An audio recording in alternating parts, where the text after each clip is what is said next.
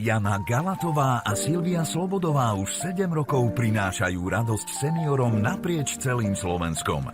Čo sa začalo ako malý projekt vianočných balíčkov pre seniorov, je dnes tradícia s takmer 300 000 rozdanými darčekmi.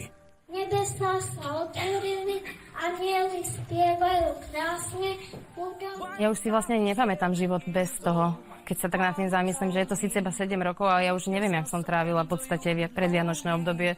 Tá prvotná výzva a ten cieľ bol vyzbierať 30 krabičiek.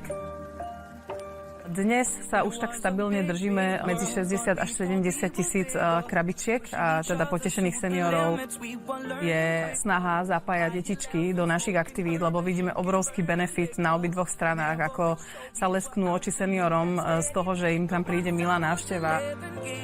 Začali sme do toho nášho nejakého portfólia aktivít zahrňať aj tieto realisticky vyzerajúce bábiky, ktoré sú určené hlavne teda na bábikoterapiu. Zima mu. Mali sme to šťastie, že nám postupne tí dobrovoľníci prichádzali od prvých 10 v prvom ročníku. Teraz sme takmer 300.